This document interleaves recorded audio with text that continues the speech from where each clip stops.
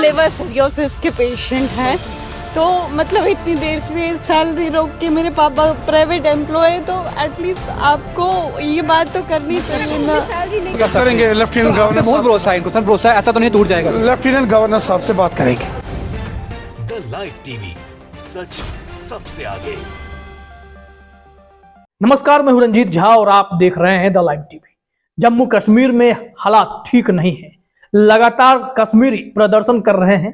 वहां पर बीजेपी के अध्यक्ष को, जो जम्मू कश्मीर के अध्यक्ष है, उनको घेर रहे हैं, क्योंकि केंद्र में मोदी की सरकार है, भारतीय जनता पार्टी की सरकार है।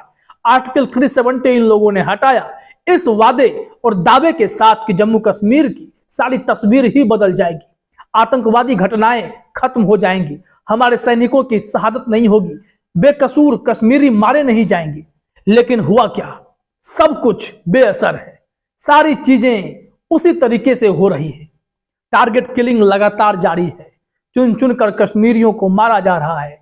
हिंदू मुसलमान सब पर आतंकवादी गोली बरसा रहे हैं, नाम पूछकर गोली मार दे रहे हैं।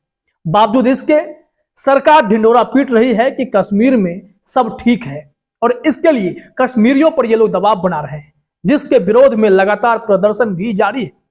इस बार बीजेपी के वहां के अध्यक्ष, जो जम्मू कश्मीर के हैं, रविंद्र रैना को उन लोगों ने घेर लिया और रोना शुरू किया। किसी ने अपना कष्ट बताया कि साहब सैलरी रोक रखे हो, पैसे नहीं मिल रहे हैं, जबरदस्ती जम्मू से उठाकर हम लोगों को कश्मीर भेजा जा रहा है और वहां पर रहने की व्यवस्था नहीं है, लगातार चुन चुन कर लोगों को मारा जा रहा है।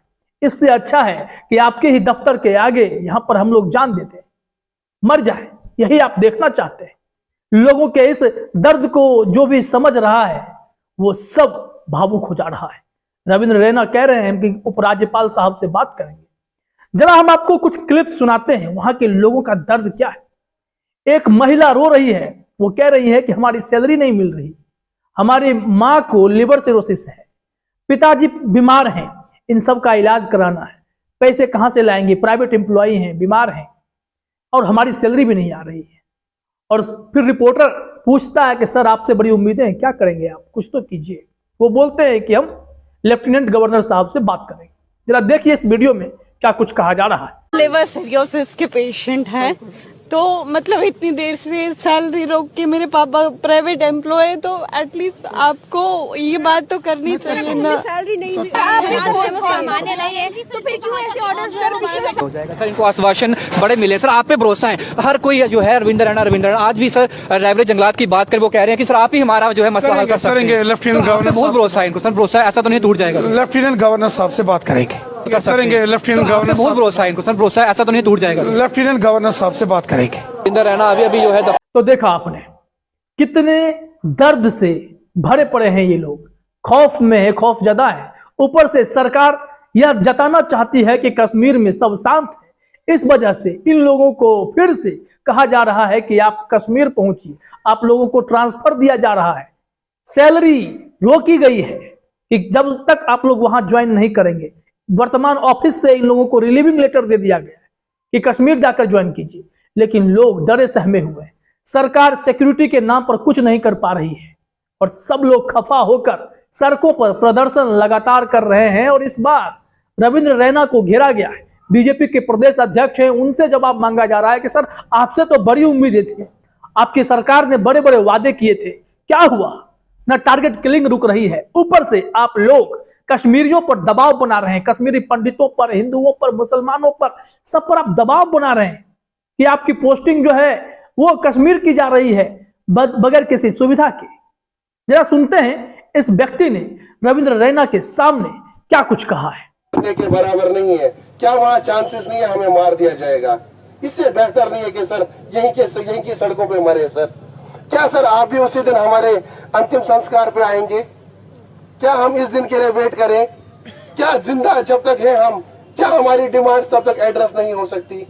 रविंद्र रैना सर, आपके सामने ही हमने अपना दिल का दर्द बयां किया, 242 दिन से बयां कर रहे हैं सर। तनख्वाह की बात आपसे की, वो भी नहीं निकली आज तक सर। बहुत पहले बात हुई थी, भरोसा, सिक्योरिटी पॉलिसीज, भरोसा किया सर। आप बताइए कैसे, आप मेरी जगह होते तो कैसे भरोसा करते? तो सुना आपने, इन्होंने कहा कि सर जरा सोचिए, अगर आप हम लोगों की जगह होते तो क्या करते। 242 दिनों से लगातार आपके सामने गुहार लगा रहे हैं, लेकिन कोई सुन नहीं रहा, कोई इफेक्ट नहीं। सिक्योरिटी पॉलिसी के नाम पर आपने क्या किया? कुछ भी नहीं।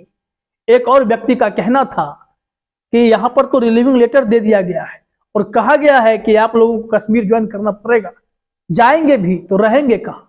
सैलरी नहीं है, खाएंगे क्या? तमाम तरीके के ऐसी समस्याओं से वहां के स्थानीय लोग जूझ रहे हैं और यह सरकार सिर्फ वाहवाही लूटने के लिए, सेखी बघारने के चक्कर में कश्मीरियों को मौत के मुंह में झोंकना चाह रही है। और इस पर लोग विरोध प्रतिरोध कर रहे हैं। तो इन्हें कोई नौकरी से निकाल देने की धमकी देता है, तो कोई सुरक्षा का सिर्फ ढकोसला दिखाते हुए इन्हें जाने को कह रहा है कि कुछ नहीं होगा। यह लगातार चल रहा है। 2022 में खूब टारगेट किलिंग हुई है, 29 सिविलियंस की मौत हुई है। और ऐसे में सब हैं उसमें, हिंदू मुसलमान हर कोई है, कश्मीरी पंडित भी है। गोदी मीडिया, उसकी भूमिका तो गजब है। गोदी मीडिया ने क्या कहा कि इन सब में मरने वाले हिंदू और कश्मीरी पंडित हैं, मुसलमानों का नाम छुपा लिया जाता है। बावजूद इसके कश्मीर पुलिस जो आंकड़े जारी करती है उसमें साफ पता चलता है कि जो 29 लोग मरे उसमें मरने वाले 15 मुसलमान भी थे। ऐसे में आतंकवादी हर किसी को टारगेट कर रहे हैं। टारगेट किलिंग जमकर हो रही है। राहुल भट्ट की हत्या के बाद से ही एक शिक्षक की वहां पे रजनी बाला की हत्या हुई। लगातार 2022 में ऐसी खबरें आई जो अंदर से लोगों को झकझोर रही थी और सरकार के दावे पर सवाल खड़े कर रही है कि आपने आर्टिकल 370 हटाकर क्या किया, क्या बदलाव आ गया। सिर्फ उस वक्त बस ये ढकोसला या ढोल पीटा गया कि कश्मीर में अब गैर जम्मू कश्मीरी भी जाकर जमीन खरीदेंगे, वहां की लड़की से शादी करेंगे। क्या इस काम के लिए जम्मू कश्मीर में आर्टिकल 370 हटाया गया था, या आतंकवाद खत्म करने के लिए, शांति बहाल करने के लिए? किस काम के लिए हुआ था? लेफ्टिनेंट गवर्नर मनोज सिन्हा क्या कह रहे हैं, सरकार क्या कह रही है? कोई ऐसा ठोस कदम जो उठ गया हो दिखाई नहीं पड़ता है। एक बात और इसी व्यक्ति की सुनिए जो अभी रविंद्र रैना से कह रहे थे कि क्या करें, यहीं पर इससे अच्छा तो मर जाए। इन्होंने कहा आप लोग हमें वहां मौत के मुंह में ढकेल रहे हैं, ये मरने के जैसा ही तो है।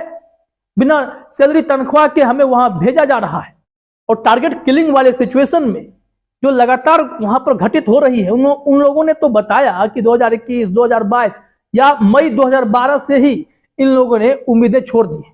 ये लगातार ऐसी घटनाएं हो रही हैं जम्मू कश्मीर में जिससे वहां के लोग डरे सहमे हुए हैं, नागरिक परेशान हैं, लेकिन यह सरकार सुन नहीं रही है। आइए सुनते हैं रविंद्र रैना के सामने इन्होंने क्या कुछ कहा। आप बताइए सर, अक्टूबर 21 में जब दीपक चंद जी और सुखविंदर कौर की हत्या हुई, क्या उसी टाइम टारगेट किलिंग पे रोक नहीं लगनी चाहिए थी? क्या लगी सर? उसके बाद मई 12 के बाद टारगेट किलिंग्स लगातार बढ़ती रही सर। उसी के बाद राजौरी का इंसिडेंट भी आपके सामने, यानी कि कहीं ना कहीं टेररिस्ट ऑर्गेनाइजेशन जिंदा तो है। और आप ऐसी लैंड में हमें जबरदस्ती कश्मीर भेजेंगे, तनख्वाह बंद करके कश्मीर भेजेंगे, डिप्लॉयमेंट ऑर्डर, डेपुटेशन ऑर्डर निकाल के बंद, ये जो एडमिनिस्ट्रेशन एपैथीज है ये सब थोप के हमें कश्मीर फोर्सफुली भेजेंगे। क्या ये मरने के बराबर नहीं है? क्या वहां चांसेस नहीं है हमें मार दिया जाएगा? तो देखा आपने कितना बड़ा दर्द है, लेकिन ये लोग अनसुना करने की कोशिश कर रहे हैं। और बीजेपी वालों से इसलिए उम्मीद है, प्रदर्शन इसलिए बीजेपी दफ्तर के बाहर किया जा रहा है क्योंकि फैसले लेने वाली पार्टी जो सरकार में है और जो केंद्र से एलजी साहब को ऑपरेट किया जा रहा है, वो सारी चीजें तो भारतीय जनता पार्टी के हाथ में है। इस वजह से रविंद्र रैना से ये उम्मीद लगाई गई कि आप चाहेंगे, पहल करेंगे तो चीजें ठीक हो सकती है। जो लोग जहां सुरक्षित हैं कम से कम उन्हें वहां रहने तो दीजिए। यह क्या कि चुन चुन कर लोगों को मारा जा रहा है, खाने के दाने नहीं है, सैलरी दी नहीं जा रही है, घर में लोग बीमार पड़े हैं, इलाज के लिए पैसे नहीं है। और ऐसे वक्त में इन लोगों को ट्रांसफर कराया जा रहा है कि आप लोग कश्मीर में जाइए, और ये मैसेज देने के लिए कि कश्मीर में सब ठीक है। कैसे फिर ठीक है? इतनी हत्याएं हो क्यों रही है? इसका जवाब सरकार क्या देगी? पुलिस प्रशासन क्या देगा जवाब? किसी के पास कोई ठोस आंसर नहीं। और फिर तमाशा लगातार जारी है। कश्मीरियों का प्रदर्शन बेबात का नहीं है। ये लोग लगातार अपने हक की लड़ाई लड़ रहे हैं क्योंकि डर के साए में कौन जीना चाहेगा। जिन्हें जबरदस्ती कश्मीर में फिर से बसने के लिए भेजा गया है, क्या वो लोग बस पाएंगे? 2022 में ऐसी घटनाओं के बाद लोगों ने फिर से पलायन करना शुरू कर दिया। तो आतंकवादी गतिविधि पर कंट्रोल करने की जिम्मेदारी किसकी है जनाब? ये मोदी सरकार नहीं करेगी तो कौन करेगा? हमारे सैनिकों की शहादत बार बार हो रही है, इसको लेकर कोई ठोस कदम क्यों नहीं उठाए जा रहे हैं? सैनिक और सिविलियंस हर किसी को ये आतंकवादी निशाना बना रहे हैं। ऐसे में इनसे निपटने के लिए ठोस कदम उठाने की जरूरत है और इन लोगों के दर्द को भी समझने की जरूरत है, जो कि मोदी सरकार या वहां के एलजी साहब करते दिखाई नहीं पड़ते हैं। फिलहाल इस वीडियो में इतना ही। आप सभी का हमसे जुड़ने के लिए बहुत बहुत धन्यवाद। द लाइव टीवी, सच सबसे आगे।